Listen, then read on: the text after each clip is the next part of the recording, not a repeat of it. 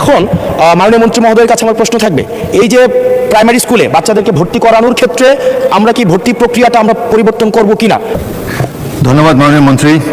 জনাব হাসনাত আবদুল্লাহ কুমিল্লা সরাসরি প্রশ্ন করবেন, ব্যাখ্যার প্রয়োজন নেই। আসসালামু আলাইকুম। যেহেতু শিক্ষা নিয়ে কথা হচ্ছে, আমাদের বর্তমানে মাননীয় স্পিকার, আমরা যদি বর্তমান শিক্ষা ব্যবস্থা দেখি, আমাদের এন্ট্রান্স ইনস্টিটিউশনগুলোতে বিশেষ করে প্রাথমিক শিক্ষায় আমরা দেখছি যে ভর্তি প্রক্রিয়াতে আমাদের এখন দুইটা পদ্ধতি প্রচলিত ছিল। এডমিশন বাই মেরিট আগে প্রচলিত ছিল, এখন সেটা কনভার্ট হয়েছে এডমিশন বাই লটারির মাধ্যমে হচ্ছে এখানে বাচ্চাদেরকে ভর্তি করা হয়। ফলত যেটা হয়েছে, ফিডার ইনস্টিটিউশনগুলোর শিক্ষার মান অনেক কমে গিয়েছে, যার ফলে টার্সিয়ারি এডুকেশন আমরা হচ্ছে কোয়ালিটি সম্পন্ন ছাত্র আমরা হচ্ছে বিশ্ববিদ্যালয়গুলোতে আমরা পাঠাতে পারি না।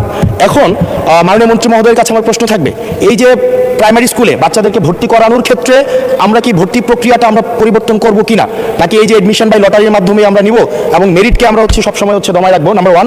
আর নাম্বার টু হচ্ছে, আমাদের বর্তমান শিক্ষা পদ্ধতিতে আমরা যদি দেখি, আমরা যারা পয়সা দিয়ে কিনতে পারে তারা হচ্ছে এখন ইংরেজি মাধ্যমটা কিনছে, যারা পয়সা দিয়ে ইংরেজি মাধ্যম কিনতে পারে না তারাই কেবল আপনি যেই শিক্ষা পদ্ধতি আমাদের জন্য জনজীবনের জন্য আপনি চালু করেছেন সেটা আমরা কিনছি, আর যারা সেটাও কিনতে পারে না তারা হচ্ছে মাদ্রাসা শিক্ষা পদ্ধতি কিনছে। আপনার কাছে প্রশ্ন যে আমাদের বর্তমানে একটা দেশে এই তিনটা শিক্ষা পদ্ধতি, যেটা অর্থনৈতিক অবস্থার উপরে নির্ভর করে চলে, এই তিনটা শিক্ষা পদ্ধতি জিয়ে রেখে আপনার কি মনে হয় যে আপনি একটা ইনক্লুসিভ শিক্ষা পদ্ধতি নিয়ে আমাদের দেশটাকে আগায় নিতে পারবেন? ধন্যবাদ। মাননীয় মন্ত্রী, আপনি ইচ্ছা করলে উত্তর দিতে পারেন। ধন্যবাদ মাননীয় স্পিকার, ধন্যবাদ মাননীয় সংসদ সদস্যকে। যদিও তিনি ব্যাপকভাবে প্রশ্ন করেছেন, আমরা আশা করি মহান সংসদে এই বিষয়গুলি আলোচনা হওয়ার প্রয়োজন রয়েছে এবং তিনি করছেন। মূলত আমাদের দেশে শিক্ষা ব্যবস্থার জন্য রুরাল অ্যান্ড আরবান দুইটি সেকশন রয়েছে।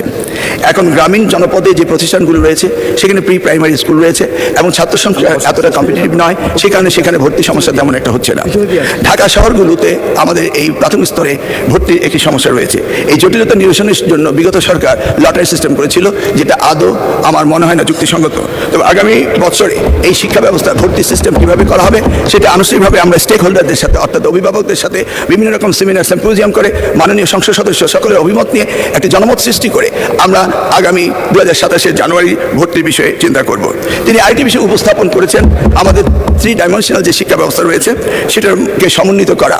ধর্মীয় অনুভূতিতে ইবতেদায়ী রয়েছে, মাদ্রাসার মধ্যে রয়েছে, কওমিতে রয়েছে, ইংলিশ মিডিয়াম রয়েছে, বাংলা মিডিয়াম রয়েছে, সবগুলিকে সমন্বিত করা একটি জটিল ব্যাপার রয়েছে। তবু আমরা ইতিমধ্যে কমিটি করেছি ইংলিশ মিডিয়াম স্কুলগুলোকে সরকারের আওতায় এনে তাদেরকে কিভাবে আমাদের যুগোপযোগী শিক্ষা ব্যবস্থা বাংলাদেশের দেশের নিয়মকানুন মেনে করা যায় সেই বিষয়ে আমরা কাজ করছি। ইতিমধ্যে আমরা কমিটি গঠন করে তাদের সাথে যোগাযোগ করছি।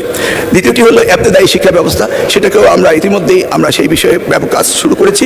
আর কওমি শিক্ষা ব্যবস্থাকে কিভাবে অন্তর্ভুক্ত করা যায়, কারণ একটি দেশে বিভিন্ন শিক্ষা ব্যবস্থা না থেকে কিভাবে শিক্ষা ব্যবস্থা সমন্বিত করা যায় সেই ব্যাপারে সরকারের পক্ষ থেকে প্রচেষ্টা এবং উদ্যোগ আমরা নিচ্ছি। ইনশাআল্লাহ আগামী দিনগুলোতে পর্যায়ক্রমে আপনারা দেখতে পাবেন। আপনাকে অশেষ ধন্যবাদ।